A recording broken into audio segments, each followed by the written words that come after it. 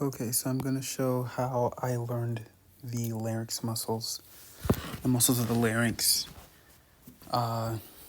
So it's all based on the cartilages. So there's a lot of muscles. It seemed complicated at first, but it's actually pretty nice. Actually, really easy.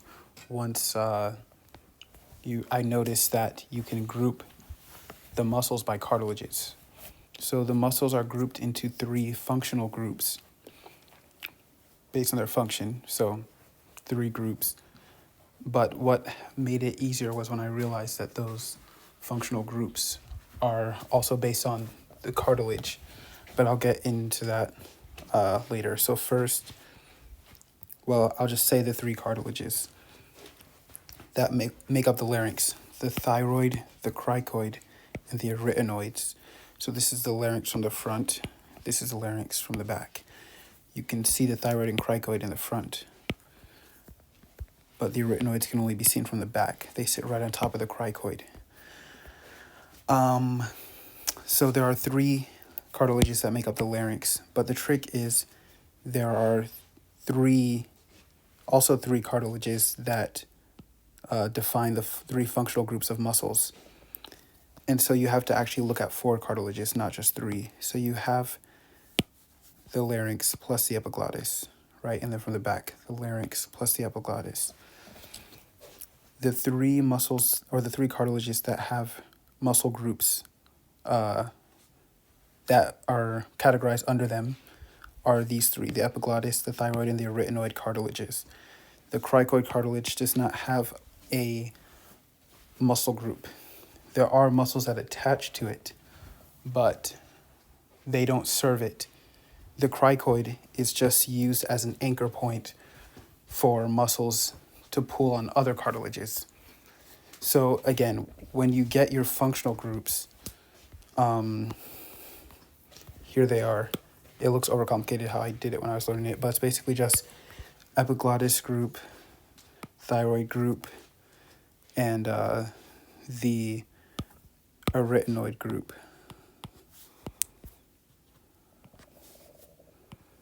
The thing is, when you learn them, they're not actually called that. They're called the sphincter group, the tension group, and the abduct adduct group. In your course pack, it'll say the sphincter muscles, the tension muscles, and the abduction / adduction muscles. There's three muscles in each group. So there's three sphincter muscles, three tension muscles, and three abduct muscles. So three groups of three.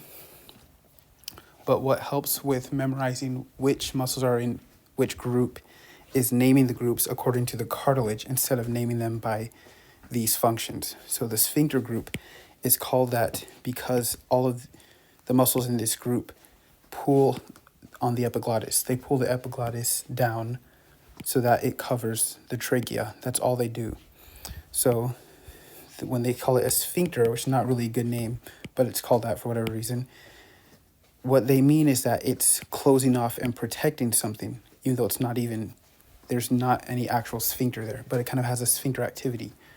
It's closing off and protecting something. What is it closing off and protecting? The larynx. So that food, when you swallow, will go down your esophagus and it won't accidentally fall into your larynx. That's what the epiglottis is for. Its function is to protect. That's why it's called a sphincter. So all three muscles in this quote-unquote sphincter group, it's really, I call it the epiglottis group because all of those muscles pull the epiglottis down. Same idea, but a different function for the second group, which is called the quote-unquote tension group. Why is it called that? Because its function is to create your voice, to create sound.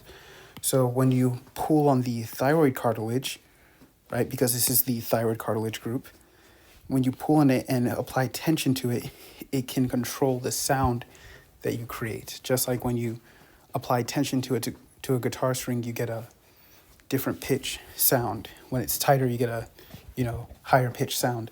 So it's the same thing. So it's called the tension group because its function is your vocals. So I just put singer, but it's talking, voice, all that stuff. The pitch of your voice. So all three muscles in this group will apply tension to the thyroid. They'll pull on the thyroid, either pull it forward or pull it backwards to get either a high pitch or a low pitch sound.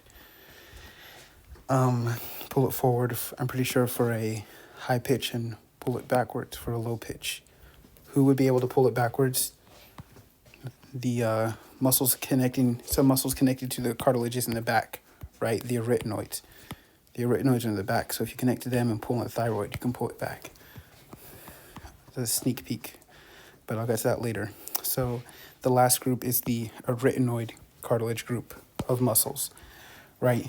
The group of muscles that serve the arytenoid cartilages, aka they act on the arytenoid cartilages. They move the arytenoid cartilages, right? I'm grouping these muscles by what cartilage they move, what cartilage they pull on.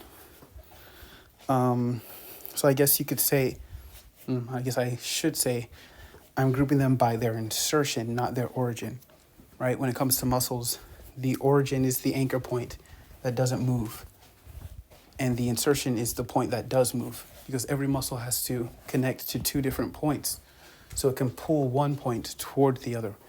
It's always pulling the insertion towards the origin. So with these groups, the insertion is the one that matters. The insertion is the one that determines what group that muscle is. So the three muscles in this group, which I'll get to, have the epiglottis as their insertion. These guys have the thyroid as their insertion, and the abduct group has the arytenoids as their insertion. So I call these guys the doorway. Why? Because their job is to open or close your vocal cords or vocal folds or whatever it was. So that's that. So now I'll get to the actual muscles. Like I said, it's three groups of three, so it's a triangle. You have 1, 2, 3 groups. Each group has 1, 2, 3 muscles in it. It's really, really nice because even though it's 3 muscles in each group, you could actually treat it like it's just 2 muscles, just a yin and yang, and make it even easier because it just so happens that every single group has one muscle that's really kind of just a version of one of the other muscles, or it's like part of one of the other muscles.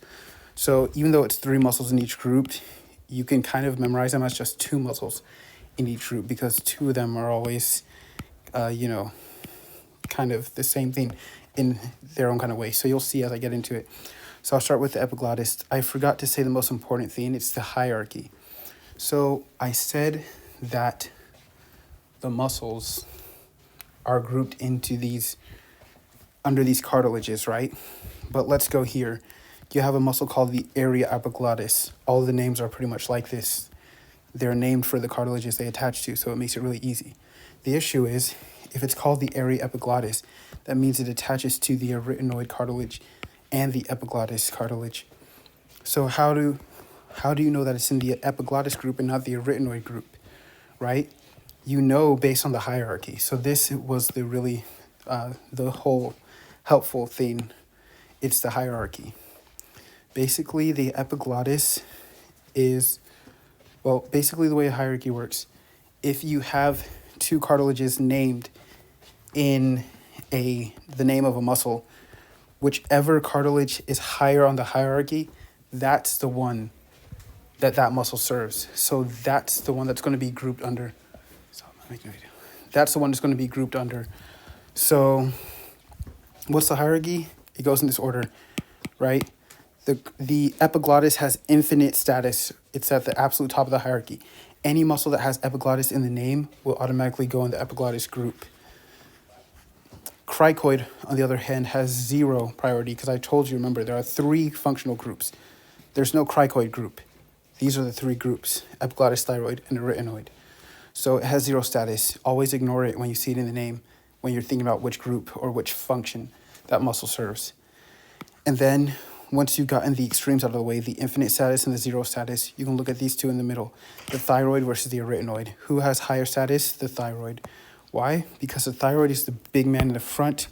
It's the biggest, most prominent cartilage out of the whole larynx.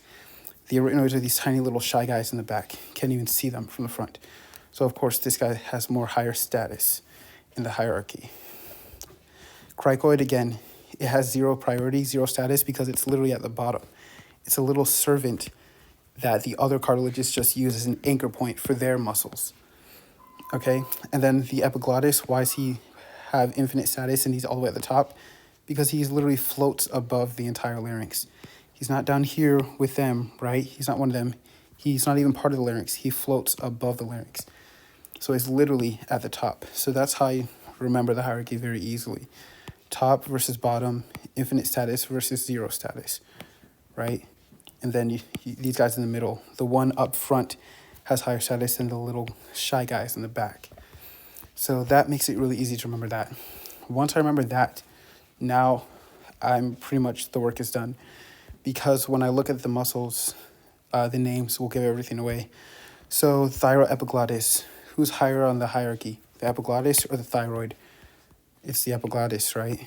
So I know that this muscle goes in the epiglottis group.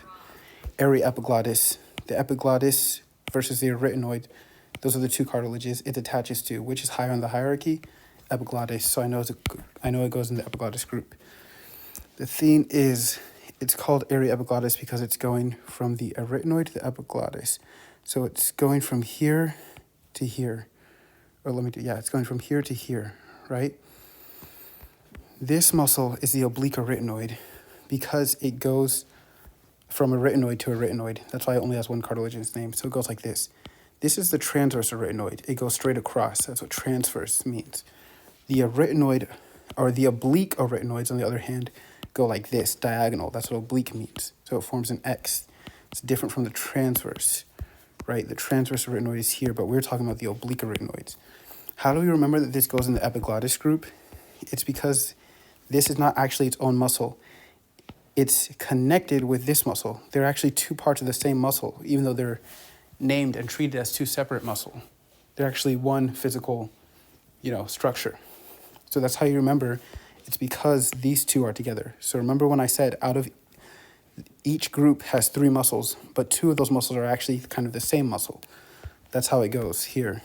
So the oblique arytenoids, they do their little X and then they shoot up.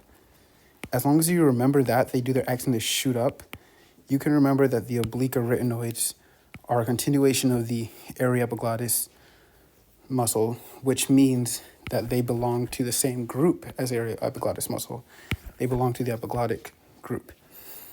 Why do they do this? It's because you have your epiglottis up here, you have your arytenoids here, right? So you go across to the arytenoid, that's oblique arytenoid, going from one arytenoid to the other, right? Then you shoot up to grab onto the epiglottis. When this diagonal muscle pulls this in this direction, it's going to act as a pulley and pull this straight up muscle down so that you can pull the epiglottis down to cover your windpipe. So pull it this way, cause you to pull this way, so your epiglottis can come down like it's supposed to. So that's why that helps to remember that they're two parts of the same muscle.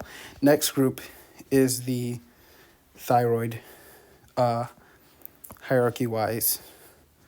So yeah, well, actually, no. I'm going to do the arytenoids next so I can contrast the oblique arytenoids to the transverse arytenoids.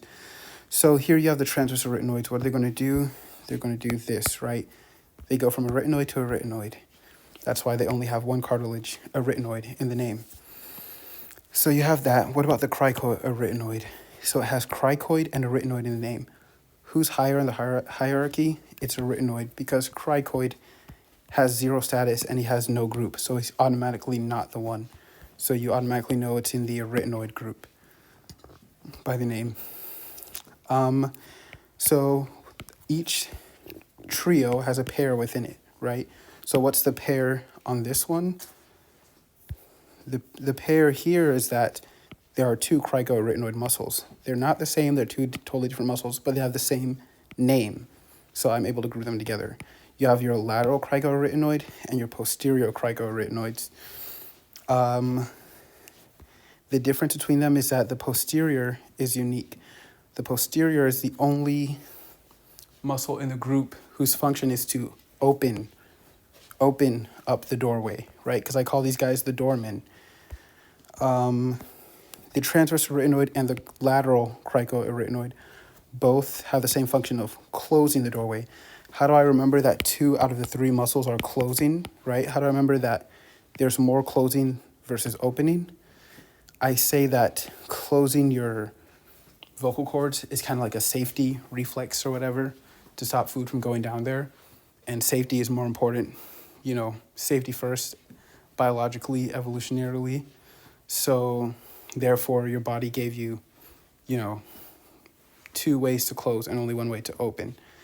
Is that the real reason? I kind of made it up, but I Googled it and I think it was like actually true or something, but that's not really the point of this. When you think about protecting your windpipe from food, it's the epiglottis that does that.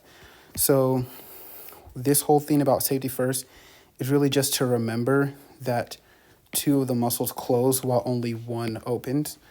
And that one is the posterior cricoarytenoid, the one that's all the way in the back, right? So I think of a castle and those little guys that stand behind the door and pull on the door with a rope to pull it open, like heave ho and everything. So I think, okay, they're in the back, posterior. The posterior ones are the guys that open the doorway. The other 2 just close it. Let's just remember it. But that's the whole thing with them. And then you have the last group, the thyroid cartilage group, aka the tension group in the corsvac, right? So it also has 3 muscles. The cricothyroid is one of them. So it has cricoid in the name and it has thyroid in the name. Cricoid has 0 status on the hierarchy, right? Cricoid, 0 status. So, of course, these muscles are automatically going to serve the thyroid cartilage. They're in the thyroid group. Your cricoid is in the front, right? You can see it from the front, right? It's not like the arytenoids are only visible from the back. So if you have a cricothyroid muscle, it's going to be like that, right? It's big and obvious and beautiful, and it looks so nice and prominent and easy to find on the model. And what's it going to do? It's obviously going to pull your thyroid forward, not backwards, because the cricoid is here in the front. So it's going to pull your thyroid forward, which is going to give you a more higher pitched sound. So you can think of it as opposite, because your thyroid, when you pull it forward, right, it looks like it's looking down. So when it's looking low, the sound is high pitched, versus when you pull it back and it's looking high, the sound will be low pitched. Okay, so that's how I remember that. So next muscle after that is the thyroarytenoid. It has arytenoid in the name, it has thyroid in the name. Who's higher in the hierarchy? The thyroid is higher, because thyroid is big man up front, the arytenoids are the little guys in the back. So the thyroid is higher than the arytenoid, which means that this muscle will be in the thyroid group. Then you have your vocalis, which is part of the thyroarytenoid muscle. So when you have your thyroarytenoid muscle going from the arytenoid to the thyroid, it's like this or something. There's actually one sliver of that muscle. It's pretty cool if you look at it on Complete Anatomy. There's a sliver of it that is like technically considered a different muscle, even though it's literally part of this chunk of muscle, this slab of meat. And that muscle is called the vocalis. The name is, it means vocal. So it's easy to remember that it's in the vocals group, the singing group, right? The tension muscles that apply tension to the thyroid and create your voice, your vocal pitch. So it's called the vocalis. It helps you with low pitch. How do I remember it? V from BTS. He's known for his low pitch voice. So it works perfectly. And this one has a special name because it's not named for the cartilages. It just has a cool, unique name, vocal. So I remember that it helps with low pitch. And since they're in the same pair, I'm pretty sure this one does low pitch as well. And then this one is, I don't know why I said I'm pretty sure. You can literally tell because thyroarytenoid, it's going to pull the thyroid backwards, which is going to create a low pitch sound. So yeah, on the yin yang, this one up here is high pitch. This one up here, yeah. On the yin and yang, this one down here is going to pull the thyroid back so it looks up high. So it's going to be low pitch. They're both low pitch, the thyroarytenoid and the vocalis. Versus the cricoarytenoid is going to be the one that does high pitch. probably put that here actually.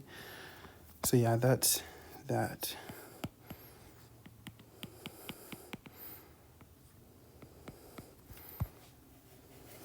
So yeah, and that's it. Those are the larynx muscles.